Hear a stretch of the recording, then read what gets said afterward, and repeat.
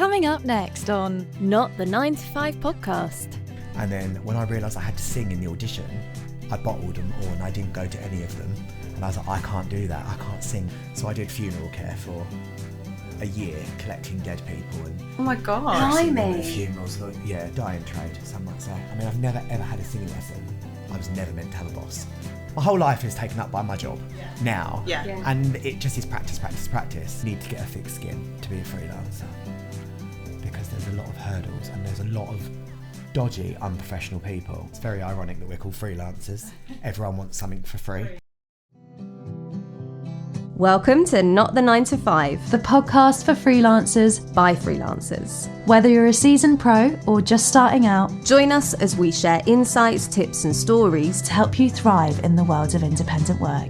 I'm Kat. And I'm Francesca. We are two freelancers exploring the highs, lows and everything in between. So grab your coffee, kick back, and let's dive into another episode of Not the 9 to 5.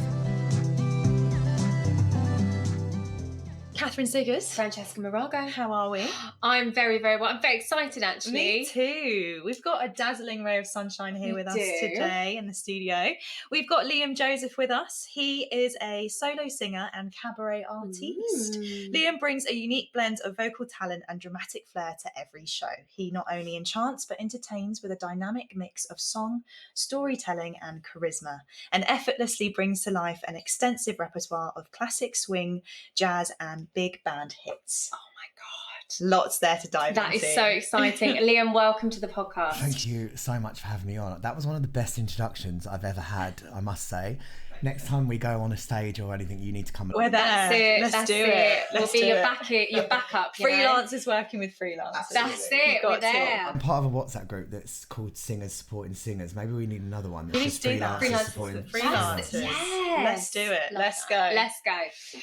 So tell us, how did you get into freelancing? Where did it all start? So, where did it all begin? I'm going to try and keep it short and sweet because I can talk for England. Now, my whole life changed when I moved to Kent, which was on the day of lockdown, which was a crap time for a lot of people. But for me, my whole life changed. I was one of the lucky ones. I moved to Kent when Boris announced the lockdown on March, whatever it was, and I was in recruitment, which I was what I call a muggle job, normal job. And I got put on furlough, like majority of the country, which was great because I was just sat not doing anything for the first 9 months in the sun, and the house I had a little roof terrace, so it was lovely to sit there and sunbathe. But it made me like sit there and think, what do I want to do with my life? Because I can't really make this commute. I was working in Hampton, like near Hampton Court, so it was going to be a long drive. Anyway, everything happens for a reason, and they left me on furlough, and I just started singing in the kitchen, and thought I need to do something in my life that I want to actually do. I never ever thought I'd be a singer. Even like today, I sort of have moments where I'm a bit like, oh God, like what's it called? Imposter syndrome sometimes, massively. But one of my friends, she is a singer, and we used to go to karaoke and butcher like pop songs and whatever else. But she said to me, you can sing, you're just singing all the wrong music. So she started sending me songs in my kitchen. And I don't know where the confidence come from, but I just started posting them on Facebook. Got a bit of a response that was quite nice, and was like, actually, like, do you know what? Maybe this is what I should do. Bless him, my granddad was 97 at the time, and he had Alzheimer's, but he could remember song words. And I thought, oh, do you know what? Like the people that like the style of music that I'm going to try and sing, I don't like the word old, but usually they are the older demographic. Mature audience. Yes. And I sing timeless music, that's what I call it. Right. But I thought, oh, well, they'll appreciate it the most. I'm going to sing, and my business plan as such was care homes. So my plan was I'm going to go Monday to Friday, every day, sing in a care home, and that'll be my life.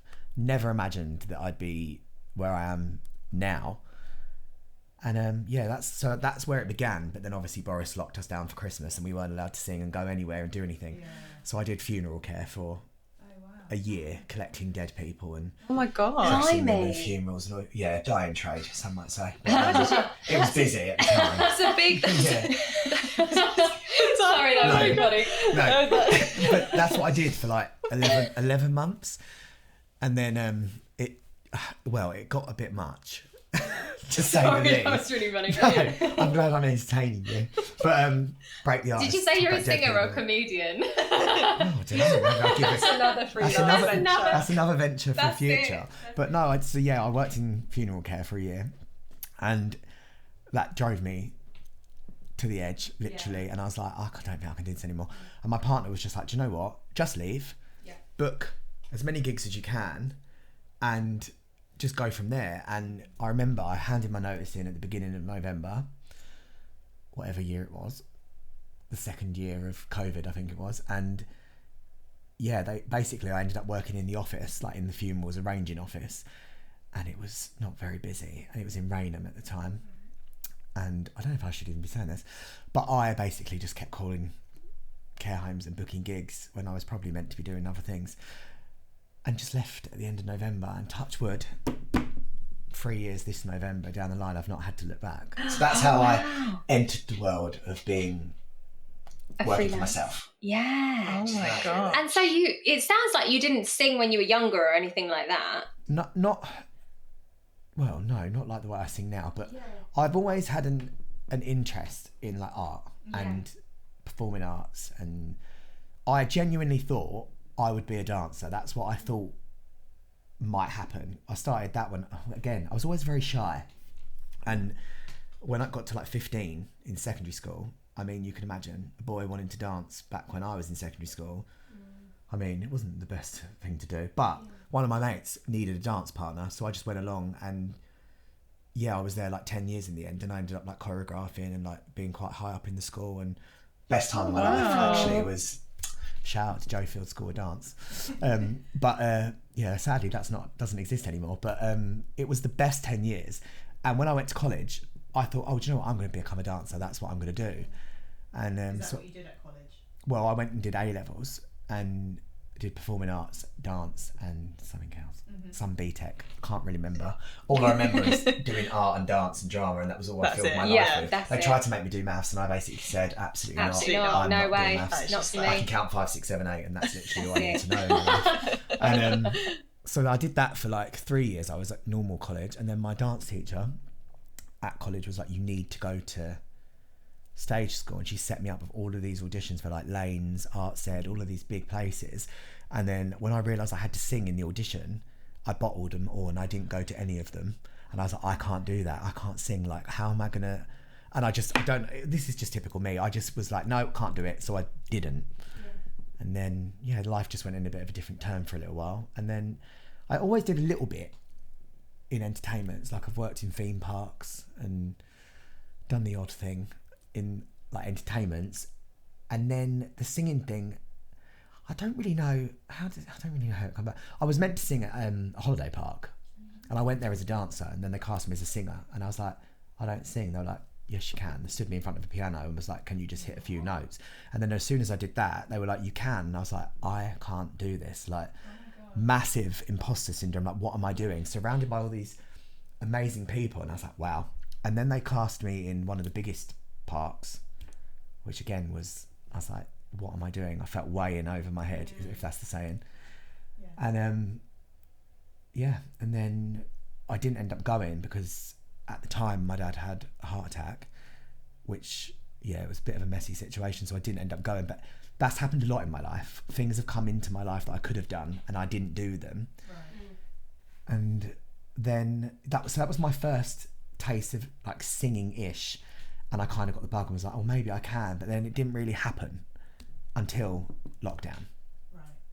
So singing in my kitchen somehow got the first. I don't know whether it's because I'm into 30s now. I just sort of, if I don't now, I never will. When will I? When will I? And moving to a completely different area, I knew no one. We were locked down in a house. My partner was a key worker, so they still went off to work. I just had quite a lot of time to myself, and I was just like, if I don't do it now, I'm not gonna. So I did, and touch wood, I'm quite proud of myself where I am now. But mad. And did you spend your time just sort of like refining your technique, or what did you do during that time? I would say, like anything with practice, you get better. Like, practice makes perfect, whatever it is, and I'm far from perfect. But don't know, it's weird because the genre of music that I like to sing is very stylized. So you just have to keep listening and keep singing. I mean, I've never ever had a singing lesson. Oh wow. Ever.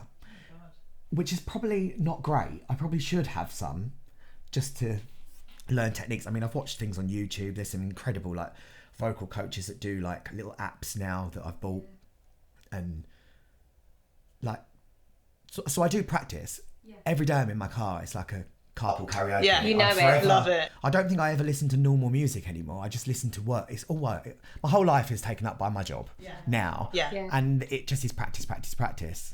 Yeah. I'll meet new singers or other people in the industry, and they'll give me advice, and then like you'll take it away and go, oh, do you know what? Actually, that's a very fair point.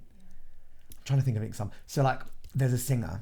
I have never met this person. They're in Ireland, and I'm sure they sing in like care homes and they do like classical music. And he said to me once, just concentrate on the vowel. And I was like, oh, okay. Don't even know what you're talking about. But like the vowel sound when you sing, don't sing the word, work out what the vowel is and it will make it easier. Best piece of advice he could have ever given me, because it makes sense. Now whenever I learn a song, I try and learn it in The like, vowels. vowels. Someone said to me once, you will never succeed unless you 100% make time for it in your life.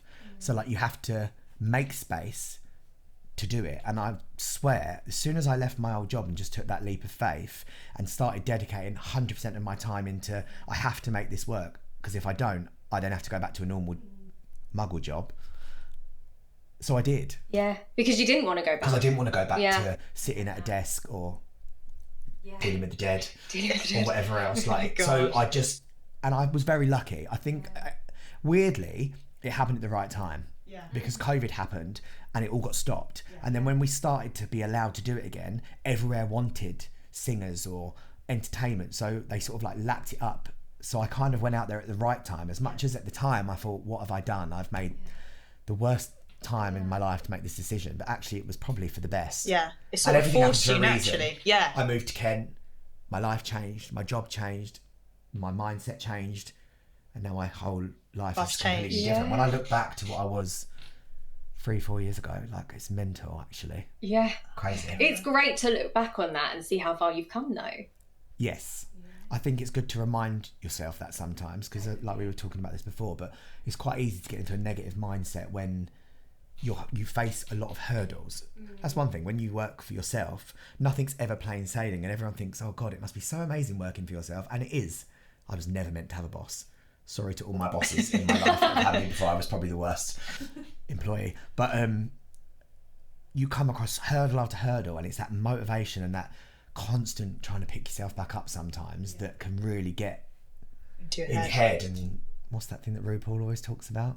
Self-saboteur or whatever it is. I don't know. know. We don't watch. Don't know. I don't Well, watch I don't watch it avidly. I'm going to get shot by a lot of my community. But he says you've got to like not listen to your self-saboteur, and there's that voice in your head that tells you Yeah. you can't do things Yeah. or sets you like negative thoughts. You just have to like block it out and keep going. That's it. You've got to keep going. So talk us through then the kind of the struggles that you have, perhaps potentially in your daily life, working as a freelancer, but also the bigger struggles you have encountered throughout your career.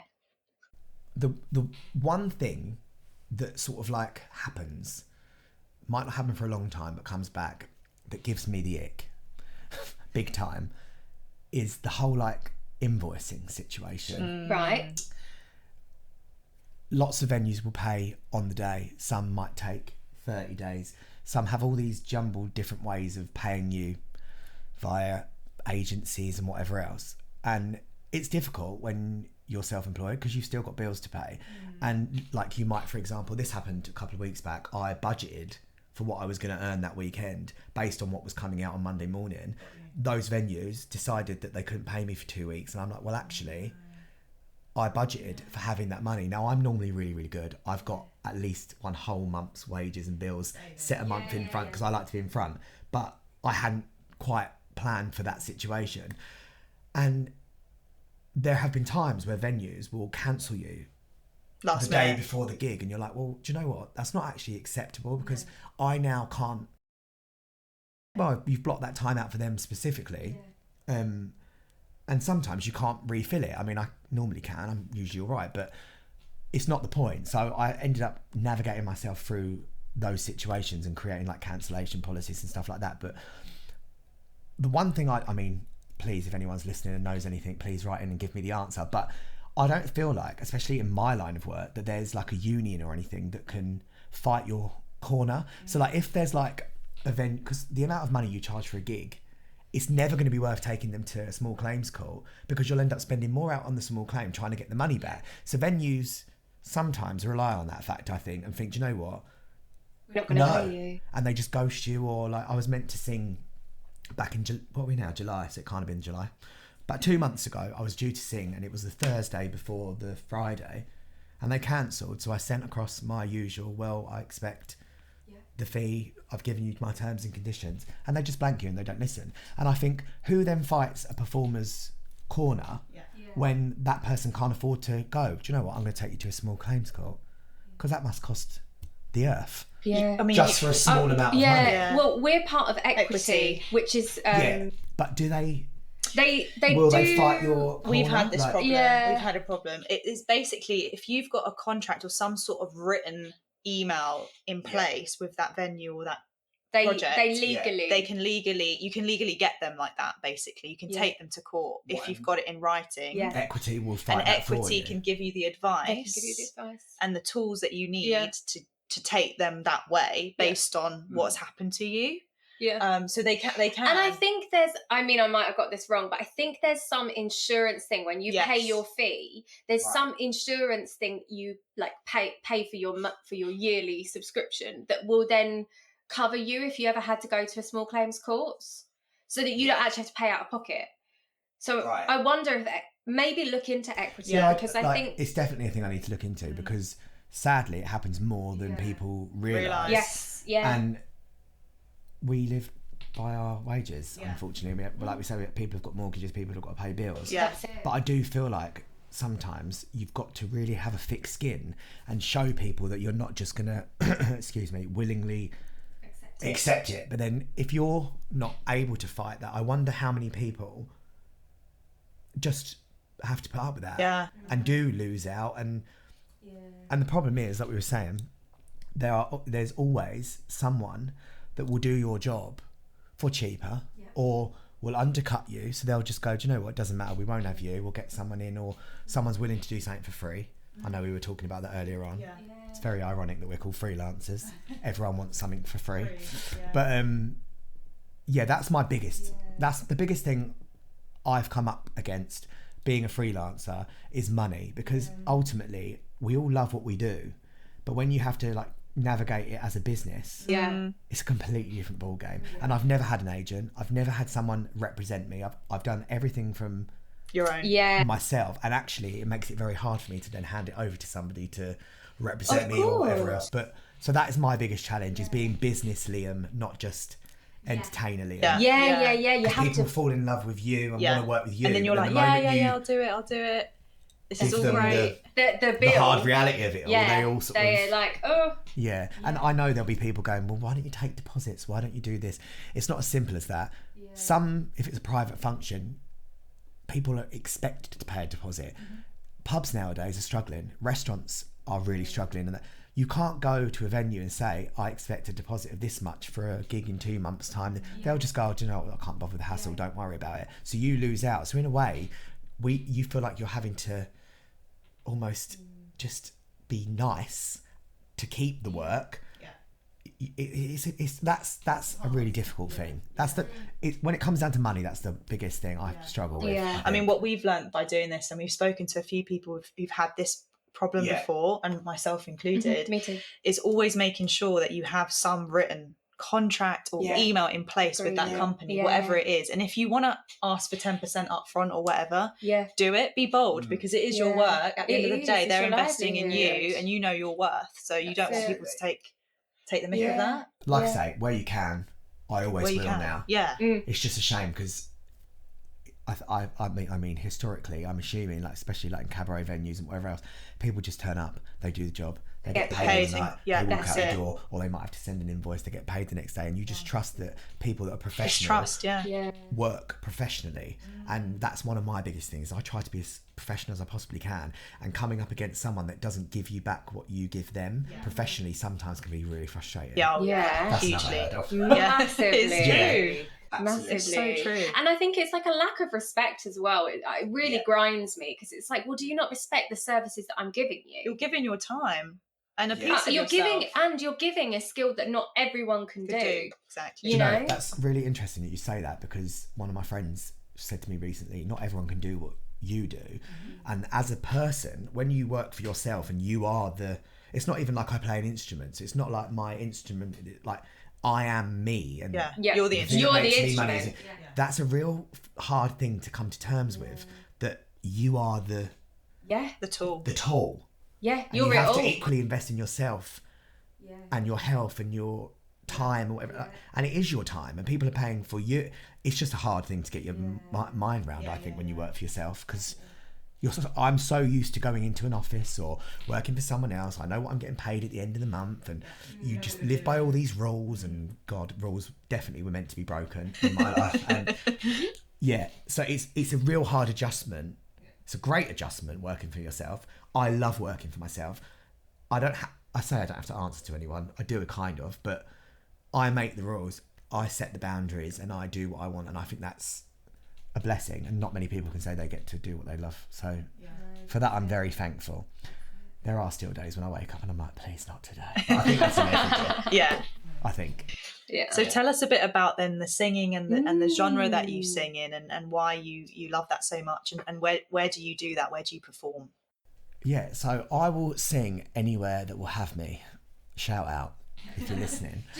Just saying if anyone's listening. No, so I predominantly, if that's the right word, I like to sing like timeless music. So it's like Frank Sinatra, Matt Monroe, Dean Martin, all of like the crooners, and like I love a romantic song, or like a song that's got a story. Obviously you can't just sing that. You have to kind of sing other stuff, because otherwise people can get quite bored. I say that loosely. I've never had any trouble doing that, and a lot of other performers have said to me, like, you're not singing for you, you're singing for the audience. Like, when you go out there, you're there to entertain them. And that was a good lesson, because you, as a person, you sing what you think you can sing best and what you want to sing, and it's not all about you, it's actually about them. So that was another thing I had to learn. But I love that style of music more now because I sing it. I would have never listened to it beforehand. Now, because I do it as a job and I enjoy it, it makes me listen to it more. But yeah, so like, I love a restaurant. That's my vibe. Standing in the corner, sometimes no one's even listening, and they're just eating their dinner. And if they're not listening to me, then I know I'm doing my job right. If it's offensive and I'm catching their attention, I think I'm doing it's wrong. Yeah. They shouldn't be listening. I love it. The biggest compliment I've ever got is when they walk past and they're like, I did not even know there was a singer. I thought that was coming off the radio. Oh my God. And then I'm like, yes, I've done my job. Done. Yes, definitely. It's not all about interaction all the time. Sometimes it is. Like, I've done festivals, and I sing a lot in Brighton. That's where I sort of first did like the cabaret more stuff. Like, it's more cabaret down there, but that is very audience interaction and talking to people. Like when I did Panto in December. Oh, wow. And that is all like Cinderella. I was Dandini. The aide de camp, and I will never know why. I mean, it was such a stretch for me to play that part. But, no jokes. But so I like audience interaction, but I do feel like my vibe will always be a restaurant or a dinner dance, or like I'd love to sing in like a high class hotel. Just in the foyer, like that's the vibe. That's the goal. That's the next goal. The next goal is to sing with a live band. Oh, cool. Because I haven't yet. Where I've only worked for myself, I've always used instrumentals. Yeah. Partly because I'm a bit of a control freak, and I know that I'm in control of it all. Yes. Yeah. If you've got a live band, they can do whatever. Like. So, like, what's the best part of the job for you then? People. I love talking to people. I've always been very sociable, and my job is sociable. I get to go to places. Sometimes I don't know anyone, by the time I leave, I might have made one new friend or acquaintance that I have spoken to. Like when I went to the Swan, I met Lee that introduced me to you two. Like every gig I do, I meet someone different or something new comes from it, and I like that. There are days, like I say, where I've learnt this. What's that saying? Someone said to me the other day, social battery. Oh yeah, when your social battery is just so low. How did I not know about this saying? It's beyond me. I'd never heard about it, and they were like, "Oh, at the end of your gig, what is your social battery like?" And I'm like, "Well, by the end of the time I've done what I need to do, sometimes I come off stage and I'm like, please, my social battery's at about 10%. I can't do this today." Yeah. But part of my job is the afterwards and the talking to people, and I love that. That's what I used to like about the funeral element, was just dealing with the families and speaking to the families. It wasn't actually anything else that went with it. But so my favourite thing about my job is the people, and especially like when I go into care homes, some people will say to me, "Why do you still do that? You were wasted in a care home. You should be doing." That's where I began, and that's at one point all I ever thought I would ever do, and I still think I will always do them to an extent. If I can fit them in, I will always do. I went to one today before I come here, and there are like some residents that just love it, and when you see that you've made a little bit of a difference, that what's that saying where they're like, "Oh, it's like real job satisfaction," and you feel like you've done something. Like I've got a home I go to regularly, and there's a lady that is completely like bent over, doesn't speak, like doesn't really have any family or anything, and I start singing and you just see like her hands move or like her foot tap, and they're like, she doesn't move. This is literally incredible. Or like someone will stand up and dance and they're like, "Liam, they have not come out of their room. Like this is crazy." So that element of my job I love, and I don't think I'll ever get bored of that. That's the power of music though, isn't it? It really really about is. to say that. Yeah. That's the power. There's a lot of sayings like music brings back memories and whatever, and you know, and it does. It does. It's like I said about my granddad earlier on, bless him, when he was alive, he had Alzheimer's, but he could remember song words. Baffles me where that is stored in your brain.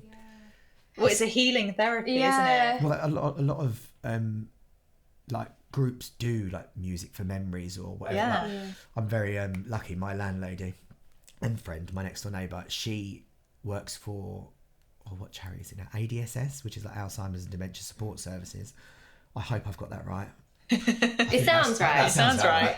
And they do like music for memories, and they hold classes where families can bring their relatives and they just sing to music, and it brings back all these stories. And I've had people come up to me before being, "Oh my God, that song reminded me when I went to such and such with my husband back in the day." And it's stories like that's why I love it. Yeah. It keeps you in it, doesn't it? Yeah, it's mad. It's so rewarding. That's the word I was looking for earlier. It is very rewarding seeing the difference that it can make. I was going to actually touch on the socials. Like, how what do time you? do I have? I know. I'd like the time to be able to do I know, another. right? That's the Yeah. thing. Like, how do you manage like socials and stuff like that? Do you feel like it's important to your career to like be present on the platforms? I'm not going to lie. I'm quite bad at social media. Everything social media wise that I've done or do, I've only ever sort of like taught myself. I'm not a master of social media. I've never been one for technology, but unfortunately in this day and age, it seems to be everything. I get a good portion of my work from people like messaging me on Instagram or Facebook, like pubs or restaurants or whatever, they've got their own page. I'll message them on that page. I might not get through on the phone, but then I'll back myself up singing. Like, I couldn't live without social media, not just for the fact that I'm addicted to scrolling and going down rabbit holes for God knows what, but I couldn't live without it work-wise either. And it's just unfortunate. I wish I knew how to use it better. I don't think I have the time in the day. Like, I see all these other singers that are doing, "Come and do a Get Ready with me and come to see me on a gig here." And I'm like, I'd love to be able to do that. But when and how do you do that? Like, I already feel like I spend a lot of my time invoicing, learning songs, getting ready, getting in the car, driving to a venue, doing the job.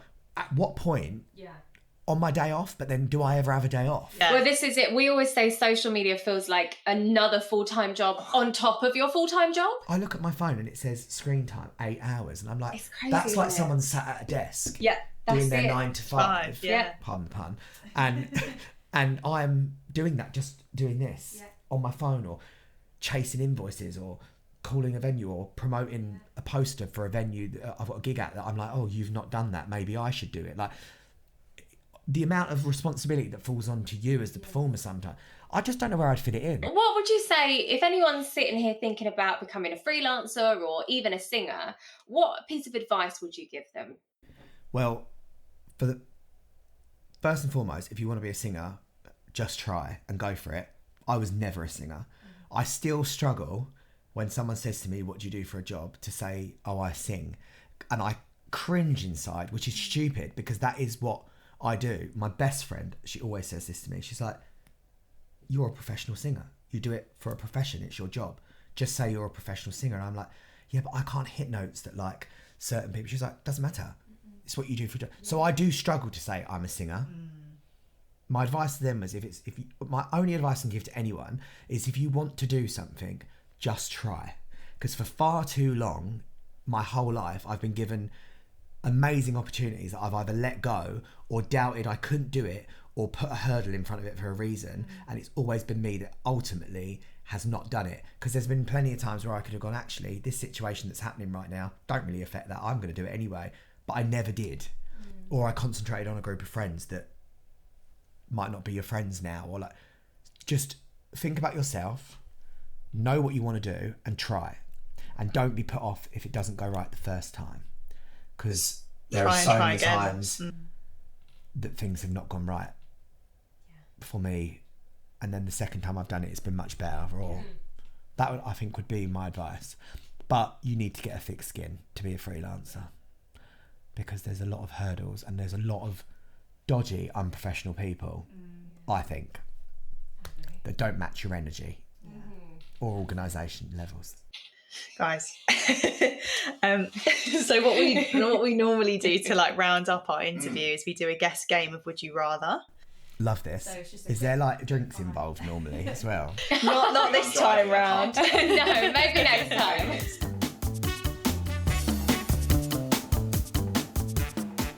Would you rather live on a peaceful tropical island or a bustling big city? Oh, I have to pick one. Yeah. I feel like it'd have to be the bustling city. Would you rather have to start a new job every year until you retire or have only one job for your entire career? I think I would go with the one job for my entire career because there's different avenues and it can go wherever. Yeah. I couldn't change it every year as much as I'm very impatient with things. No, it would probably be one and trying to be the master of that one thing. Would you rather spend your money travelling the world but have few personal possessions or have a really amazing house but never leave your hometown? So, in an ideal world, I feel like I should say I'd love to travel the world. I hate flying. It petrifies me. And I love my garden and my house and everything. So I'm going to say hometown. Would you rather have to wear all black every day for the rest of your life or have to mix every colour of the rainbow into your outfit every day? Well, I feel like when I worked at the funeral care, I wore black for a whole year, every single day. Half my wardrobe is black. I do normally wear black. I mean, I'm quite colourful today. No, I feel like it would be nice to try and mix every colour into your outfit every day. I'd like that challenge. I feel like there are days you wake up and you just want to wear black, but black is class. Every day. Exactly. This is what I say. That's a really difficult question. I couldn't. For this, when I'm having a fat day, definitely wear black, for sure. But no, I'd like to think I could try and add colour in. Yeah, I think. Definitely. Would you rather be able to talk with animals or speak every language? 100% talk to animals. Yeah. I don't like people half the time. I feel like I have more conversation. So I've got chickens at home. And I feel like I have more conversations with the chickens and the dogs than I do with everybody else. Oh my god! So I'd love to be Dr. Dolittle. That was like a huge film that I loved as a kid. Yeah, definitely that was an easy answer for that one. Would you rather always be 1 hour late or 1 hour early for everything? 1 hour, if not more, early. Yes, definitely. My mother, she'll hate me for saying this, is known for being the latest person to everything, and I feel like growing up with her. It just triggers me and has traumatized me being late. I'd much rather, I do turn up to gigs an hour and a half, 2 hours early to get set everything up, and then I stand there like, what am I going to do for an hour and a half? But I'm just calm and it's done. Yeah, it's done, you're there. Yeah. 2 hours early. Yeah. Definitely. Would you rather be covered neck to toe in tattoos or have one big face tattoo? Well, I've only got 2. I don't think I'd ever want my face tattooed, so I'm going to go from neck down, because you can be artistic then and pick loads of nice ones, but Not the face. no. I mean, I like it when people have face tattoos and stuff. It's cool, but I just don't think it's me. Would you rather? I'll come back next podcast and have a big thing. I know, literally, Right fucking there. Mike Can you Tyson. Yeah. Would you rather have to speak in rhyme or riddles for the rest of your life? Rhyme. I feel like I do that sometimes anyway. Would you rather have more time or more money? That's a hard one, isn't it? It's hard, yeah. More time. I think not just because time is very limited on this earth anyway, but if you have more time, you have more time to make more money. That's it. Smart. Whereas if you've got more money and less time, you ain't got enough time to spend it. Exactly. This is it. I always say you can Spend make more and time, spend but more. you can make more money, but you can't make more time. That's it. It's true. You have to think that way. And final question: would you rather be a freelancer or PAYE? Oh my god, I as much as sometimes it drives me nuts, I will never, if heavens above stop me ever going back to PAYE, I never want to ever again. Never. I wish I could give my friends a freelance job or something that they could do, and my partner, that they could do on their own, so that they never had to work for anybody else ever again, and just do something that they love. So never. The only good thing about PAYE, I think, is the fact that you don't have to do a tax return. Yeah, true. Yeah. But I have an accountant for that now. Well, that's it. Exactly. I don't really feel like I do very much of that anyway. Just go. Send it Here's my over. receipts. Here's my invoices. Well, here's my mine- bank Actually, account. I do a lot of that myself, and then I give Adrian the... That's what you do, I'm Kat. terrible. She's just like, here's a file, send. I give them my bank statements. I check all my receipts and everything. Okay. Oh no, see, for me, like what I do is I look at how many miles I've driven in the month, Yeah. And then calculate it. calculate that. How many gigs I've done that month. There's like loads of different things that I like to write down, and then I just send Adrian them, and he sort of like does everything and says, this is how much you have to pay, this is how much, and I'm like, sweet. There you go. You see? But Need to sort my shit out then. yeah, well, yeah, I don't like anything admin. No, I don't. That's why I'm like, oh. But I feel like social media is almost a form of admin. Yeah. Yeah, it could be. It's not fun anymore. Yeah. No. I don't think. It can be Depends. sometimes, Yeah. but only occasionally. Mostly it's just work. But do you not find, I mean, this, again, I don't mean to sound negative, but I really don't think social media is good for someone's mental health. I do find myself, because especially like you follow things, on my singing page, I will follow venues or other performers, but then I find myself looking at what they're doing, going like, why am I not doing Why am I that? not doing that? It's Why that am I not? comparison, And, isn't and I it? have to tell myself, it's my journey, I'm on my Yeah, journey, yeah. ignore theirs, like good for them, really pleased for them. You do you, but it's really hard. It's isn't it? hard. Yeah. And I can see why people are really affected by it. Yeah. Social media, especially freelancers, because everyone knows in your little fields. I feel like everyone knows everyone in that industry, and they want to know everyone, and the only way you succeed is by networking or whatever, but you can't then help but compare yourself to everybody else. That's it. And I think you go home from work, you get on your social media, and then you're practically doing it. But people always post what's the best thing about their life on social media. They'll never post They about don't. posts. No. I try not to be like that. Yeah, we're the same. I will try, like, if I've had a bad... See, it's a bit different. Like, a little while back, I think I had about 3 deaths or whatever it was that I heard of in a short space of time. So I sang a song and, like, dedicated to them. But I put on there that I'd had a really bad week. This was, like... And I don't always think it's good to just share everything, because not everything's rosy all the time. No, of course not. It's not. Well, that's and why. actually, when you know the people... You know I what's find really it going I on. find that really a bit odd when you see social media person and then the person behind the social media, and they're like can be totally different. I find it really interesting. tangent again. And one final thing for people who are listening. Well, talking of socials. Yeah, there we go. Where can they follow you? Where can people find you? So Facebook and Instagram and TikTok are all the same. I don't really use TikTok. I really need to try it, but it's just my name. So it's Liam Joseph and then Sings, which is what I do.